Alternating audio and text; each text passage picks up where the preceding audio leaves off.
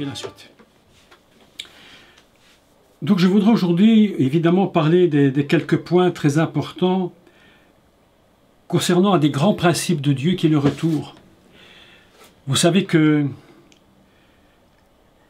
nous allons, avant d'aller plus loin, j'aimerais qu'on puisse prendre le texte de la Torah, si vous voulez bien, au chapitre 12 du livre de l'Exode, Shemot, au chapitre. Je sais que c'est un peu long à lire, néanmoins, j'aimerais quand même qu'on puisse le lire.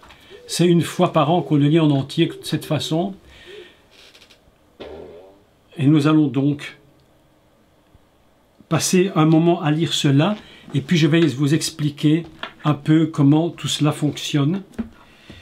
Chapitre 12, vous avez votre Torah ou votre Bible, hein, d'accord? Donc je commence la lecture. L'Éternel dit à Moshe et à Aaron dans le pays d'Égypte: ce mois-ci sera pour vous le premier des mois. Vous savez qu'en Égypte, il y a ce qu'on appelle 2 nouvel an. N'est-ce pas? Le nouvel an, donc celui-ci, et puis le nouvel an civil. Mais celui-ci, pour Dieu, c'est le premier des mois, c'est le premier. Donc, ce sera le premier des mois. Il sera pour vous le premier mois de l'année. Parlez à toute l'assemblée d'Israël et dites: le 10e jour de ce mois. Vous voyez, c'est quand même des codes. C'est pas le 5e, le non, c'est le 10e. Comme si Dieu nous disait: attention, c'est moi qui suis là. C'est moi, c'est ma nature. 10. Le 10e jour de ce mois, on prendra un agneau pour chaque famille, un agneau pour chaque maison. Si la maison est trop peu nombreuse pour un agneau, on le prendra avec son plus proche voisin selon le nombre des personnes. Vous compterez pour cet agneau d'après ce que chacun peut manger. Ce sera un agneau sans défaut mâle, âgé de 1 an. Vous pourrez prendre un agneau ou un chevreau. Vous le garderez jusqu'au 14e jour de ce mois. Vous voyez, tout est calculé. Quand on lit un texte comme celui-là, on se rend compte que tout est calculé. Au 14e jour de ce mois, et toute l'assemblée d'Israël l'immolera entre les 2 soirs. C'est vraiment des textes absolument fantastiques.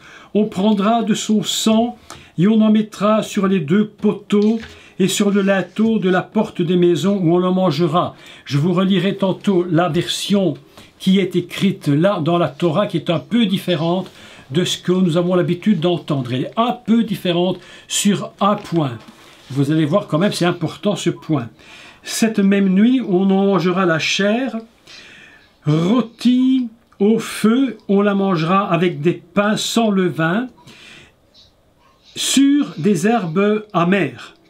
Vous ne le mangerez point à demi cuit et bouilli dans l'eau, mais il sera rôti au feu avec la tête, les jambes et l'intérieur. Vous n'en laisserez rien jusqu'au matin, et s'il en reste quelque chose le matin, vous le brûlerez au feu.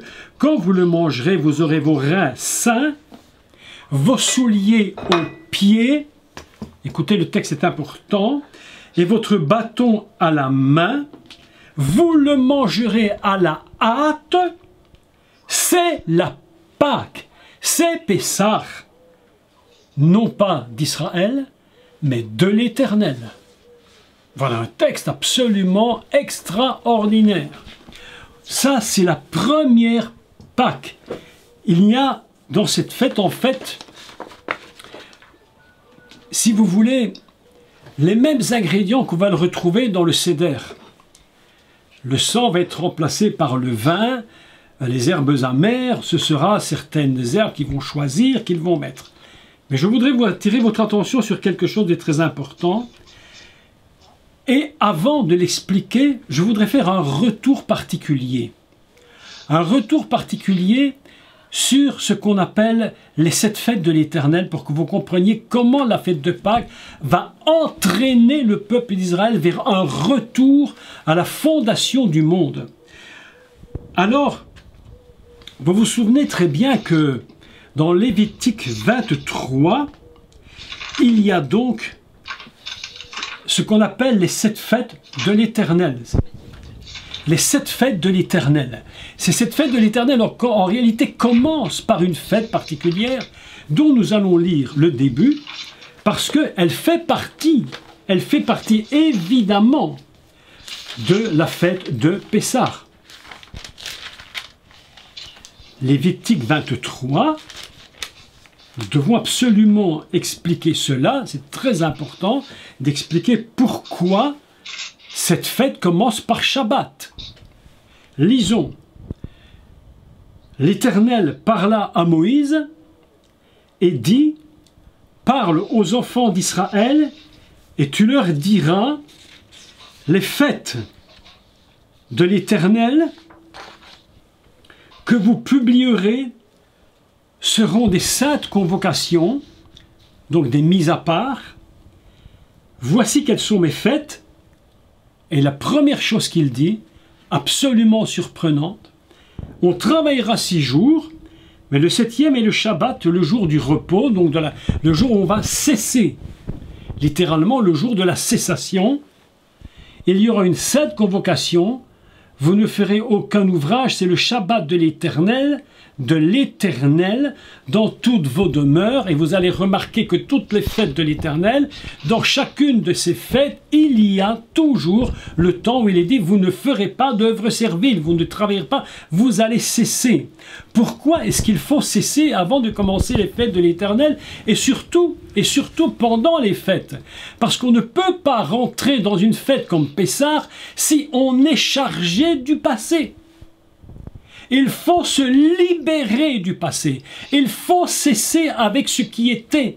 Il faut arrêter de vivre dans le passé. Le pire pour les enfants de Dieu, c'est de vivre une vie de croyant en étant toujours lié dans le passé. Ils n'arrivent pas à cesser. Alors, vous savez qu'il y a 2 niveaux. Dans Shabbat, il y a quand même un niveau technique Shabbat. Je dirais un niveau technique, c'est-à-dire comment on le pratique, pour ceux qui le pratiquent, et un niveau de l'essence du Shabbat. Et l'essence du Shabbat, c'est quoi? C'est justement cette capacité d'arrêter, de même dans la tête, de dire j'arrête d'être dans l'état dans lequel j'étais. Le peuple d'Israël, son problème, c'est que lorsqu'il est sorti d'Égypte, les 20% qui sont sortis d'Égypte, certains sont sortis de l'Égypte matériellement, mais ils ont gardé en eux ce qui était hier.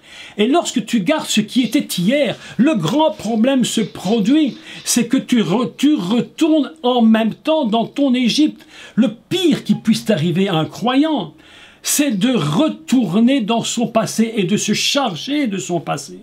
C'est pourquoi Dieu dit chaque fois que vous ferez une fête, il faut cesser.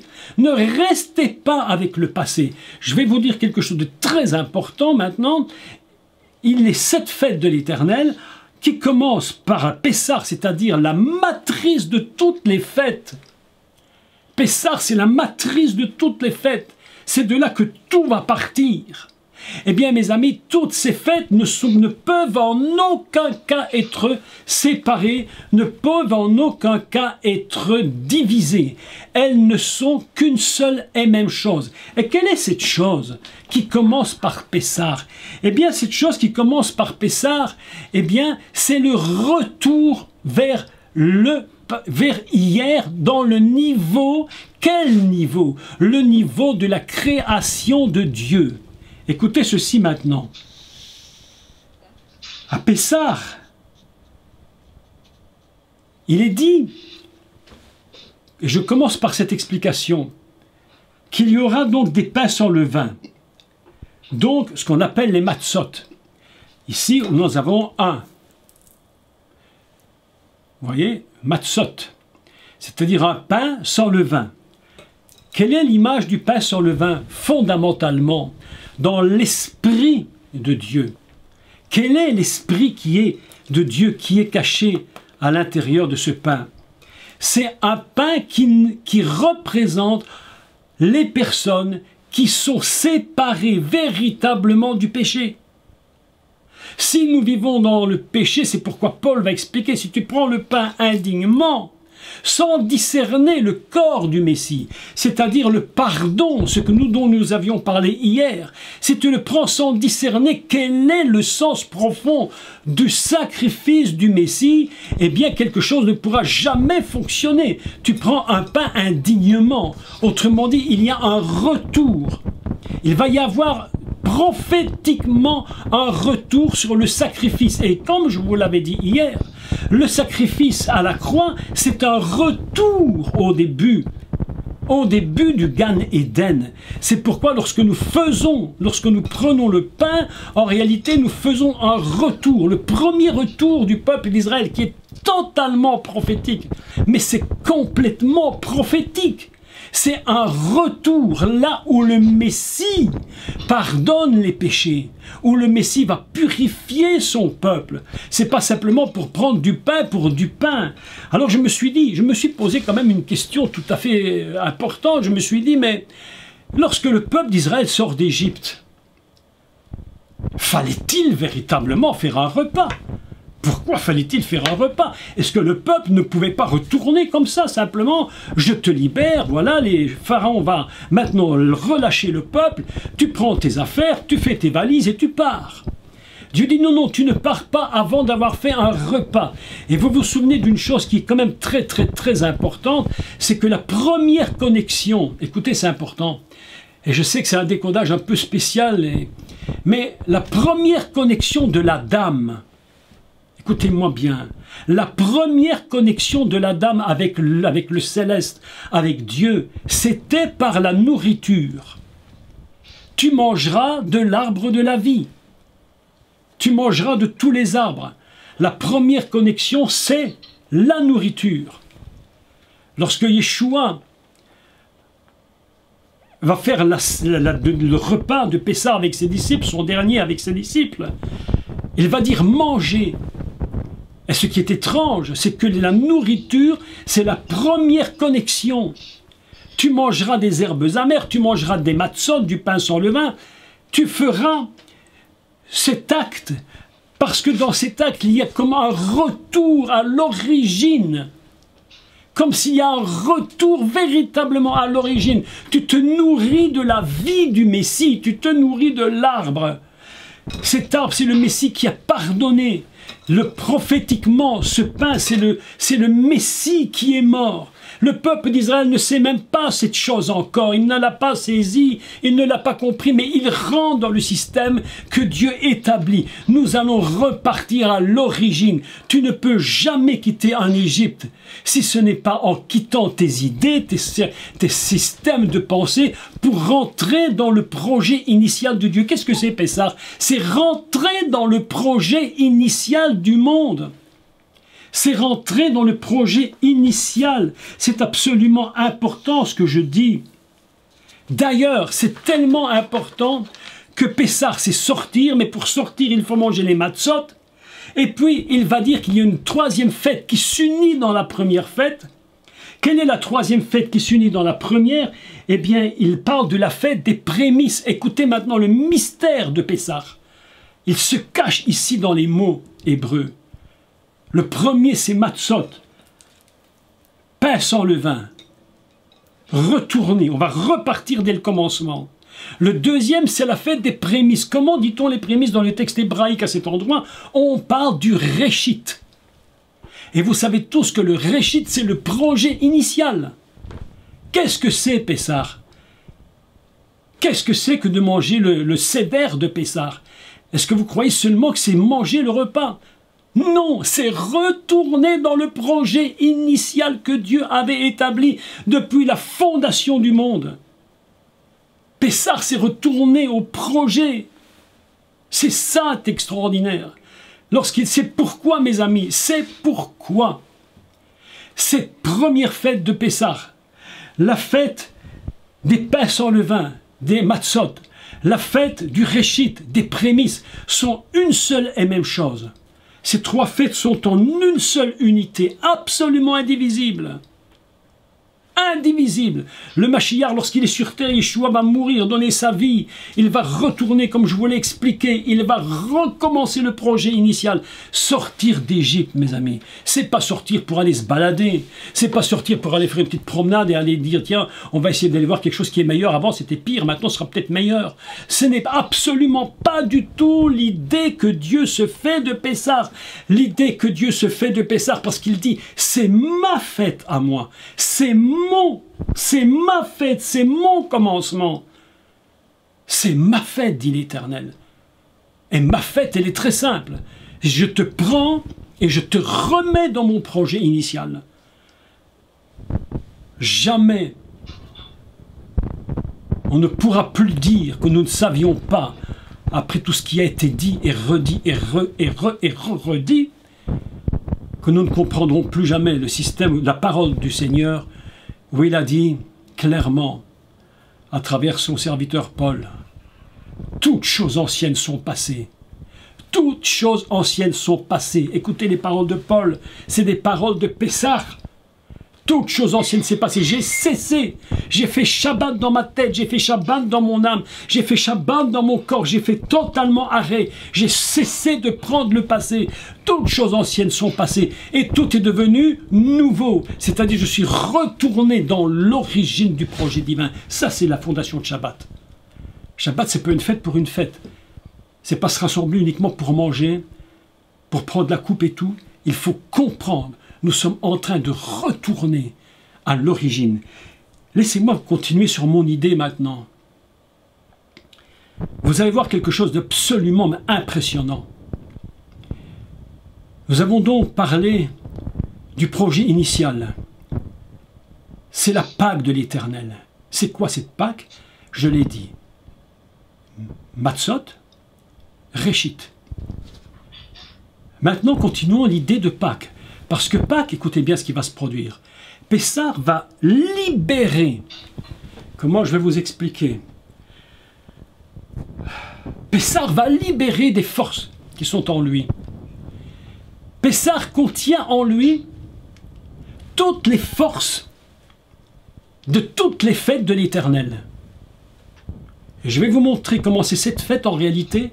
Ce n'est que la force qui sort de Pessah et qui va nous reconduire dans ce qu'on appelle Yom Erad. Qu'est-ce que c'est que le Yom Erad? Écoutez, alors là c'est fabuleux ce que je vais vous dire, enfin j'espère, c'est que le Yom Erad, pas le premier jour, mais le jour 1 de la création du monde, vous savez comment je l'appelle? Pessah. Et vous allez comprendre pourquoi il s'appelle Pessah. Parce qu'il contient en lui ce jour. Et ça, je ne crois pas que même quelqu'un l'ait dit. Peut-être. Il contient en lui ce jour 1, le Yom Erad, toutes les fêtes de l'Éternel. Toutes les fêtes sont contenues en lui. Et j'explique. Quelle est la fête suivante? Ce qu'on appelle Shavuot. La fête de Shavuot. Pentecôte. Pour les Juifs, Shavuot, c'est quoi? Je vais vous dire ce que c'est pour les Juifs, après je vais vous dire ce que c'est pour Dieu, dans l'essence profonde de Shavuot. Vous imaginez qu'on est obligé de passer par Pessah pour comprendre Shavuot, c'est incroyable, impensable. Shavuot, pour les Juifs, c'est le don de la Torah. Et on dit à Dieu, merci pour le don de la Torah, parce que tu nous as donné les 10 commandements. Mais écoutez bien la suite. Que dit Dieu par rapport à 10 commandements? Comment commence-t-il Dieu pour les 10 commandements? Et vous allez voir la suite des événements, c'est impressionnant. Et je vais vous le lire, ce qu'il dit. Avant de commencer les 10 commandements et de les donner à Moshe, c'est-à-dire l'unité totale de 10, il va faire une déclaration. Et il va dire, je le lis dans Shemot 20, verset 1. Shemot 20, verset 1. Je le lis en hébreu. Vaïdaber Elohim el kol adevarim. Et il a dit, Dieu, toutes les paroles, haïlé morts, en les disant, donc en ces mots, il a dit toutes ces paroles en ces mots. Écoutez la suite, c'est très incroyable. Donc, Anori Adonai Elohecha, je suis tout mon être entier, toute la structure et l'essence divine. Il dit, je suis Adonai Elohecha, l'Éternel ton Dieu, Asher Otsetira, qui t'ai fait sortir, Me'eretz Mitzraïm, qui t'ai fait sortir d'Égypte. Est-ce que vous comprenez que les 10 commandements ne commencent pas simplement en disant Dieu donne 10 paroles. Il dit je te donne les 10 paroles parce qu'il y a une raison pour laquelle je te les donne. C'est parce qu'il y a eu un Pessah. Les 10 commandements n'existent que par la fête de Pessah. Sinon il ne l'aurait jamais donné. Me'eretz Mitzraim, Miba'it Avadim, de la maison, écoutez maintenant, écoutez, de la maison de la servitude, Miba'it Avadim, de la maison de la servitude. Donc voilà que nous apprenons une chose absolument extraordinaire, c'est que Pessah, sans lui, il n'y a absolument aucun moyen de rentrer dans les 10 paroles. Impossible. Et pour ces 10 paroles, il dit, c'est moi qui t'ai fait sortir. Autrement dit, je veux que tu cesses d'emmener avec toi de l'Égypte. Sinon, tu ne pourras jamais recevoir les 10 paroles. Parce que tu ne peux pas mettre en pratique ces 10 paroles. Il y a quelque chose qui va manquer. Pourquoi je vous explique ça? Parce que pour les Juifs, c'est le don de la Torah. Mais pour Dieu, il y a quelque chose en plus que le don de la Torah, techniquement, parce que ce que Dieu donne à Israël, c'est une loi totalement divine. Il dit, mais en pratique, c'est toi et tu vivras. Mais Dieu sait parfaitement qu'il est impossible pour quelqu'un de mettre cette loi en pratique. Donc, qu'est-ce va dire Yeshua? Parce que maintenant, nous allons faire un retour dans la Torah. À cause de Pessah, nous allons faire un retour. Attendez une seconde, vous permettez juste une seconde parce que il faut que je mette la caméra. Je n'ai plus assez de courant, autrement ça va nous manquer. Voilà qui est fait. Excusez-moi, c'est mon épouse qui me fait remarquer tu n'as pas mis le petit fil, alors on va être le cours va se couper. Je reviens. Donc je dis, pour Dieu, il sait parfaitement que c'est impossible pour l'homme de mettre les 10 paroles. Il dit, je veux que tu quittes l'Égypte, c'était que tu fasses Pessah. Grâce à Pessah, toute l'existence d'Israël va exister, tu te libères de l'Égypte, parce que si tu ne te libères pas les 10 paroles, c'est impossible. Mais que se passe-t-il avec Yeshua? Lui, il dit, attendez à Jérusalem, ce que le Père a promis. Qu'est-ce qu'il a promis le Père? Écoutez, maintenant, c'est un truc absolument impressionnant. Qu'est-ce qu'il a promis le Père? Ben, tout le monde vous dira, tout bon chrétien vous dira, s'il comprend un minimum du minimum, ben, le jour de la Pentecôte, ben, c'est la fête de la Torah pour tous les Juifs, mais voilà que le Saint-Esprit descend. Le Saint-Esprit descend. Ah bon? Mais où trouve-t-on le Saint-Esprit pour la première fois? Où va-t-il se mouvoir pour la première fois, le Saint-Esprit? Eh bien, le livre de Bereshit nous apprend, dans le jour Érad, et l'Esprit de Dieu, Vechuach Elohim, et l'Esprit de Dieu se mouvait. Autrement dit, il n'y a pas de possibilité de réchit s'il n'y a pas de l'Esprit. Ainsi, la fête de Shavuot, qu'est-ce qu'elle représente? Elle représente le commencement de l'histoire du monde. L'Esprit est là en train de se mouvoir sur les eaux. Et l'Esprit va venir. Et il va couver. Vous savez, il y a un texte absolument extraordinaire. Extraordinaire. Mais encore là, ce serait du temps pour expliquer ce système. Quand on dit Verouar Elohim, Mirarefet Apni Amaim, on devrait pouvoir le traduire d'une façon un peu différente. Et l'Esprit de Dieu couvait. Il couvait, il est en train de couver le monde. Il est en train de se placer sur le monde. Et l'Esprit attend pour venir donner la vie. Ça, c'est Shavuot, mes amis. Sans Réchit, il n'y a pas de Shavuot. Sans Réchit, ça n'existe pas. Sans commencement, il n'y a pas de Shavuot. Sans Pessah, il n'y a pas possibilité de rentrer dans la puissance de l'Esprit. C'est pourquoi Pessah commence. Et puis, le Messie enchaîne immédiatement avec la quatrième fête et leur dit, attention, allez à Jérusalem, ce que le Père a promis. Où avait-il promis? Où l'a-t-il promis? Mes amis, premièrement, il l'a promis dans les premiers versets de la Torah.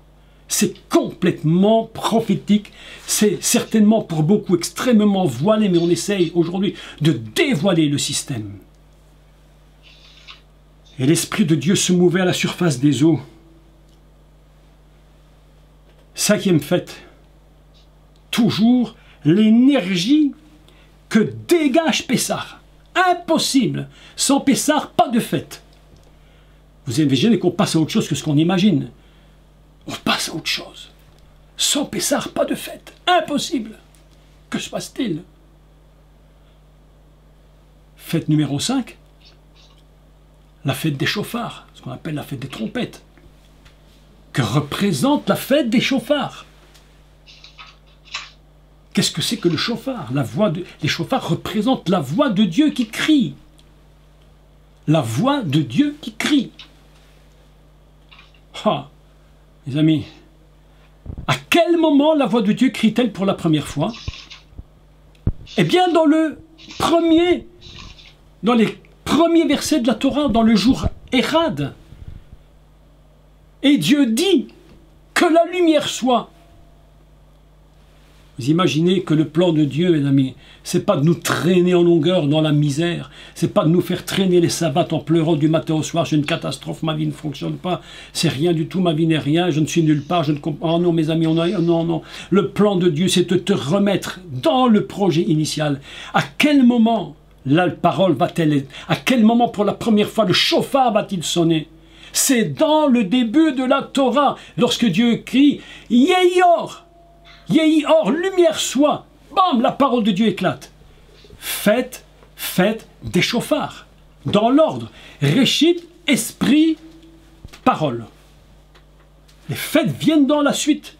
Elles se suivent. Tout est inscrit dans la Torah. Tout est prophétique dans la Torah. Mes amis, c'est impressionnant. Fête suivante. La puissance de Pessah est en train de libérer la 6e fête. Là, vraiment, je crois que là, je ne sais pas si tout le monde pourra bien saisir tout ce que j'espère, tout ce que je dis, je l'espère profondément, vraiment, je l'espère. Quelle est la 6e fête?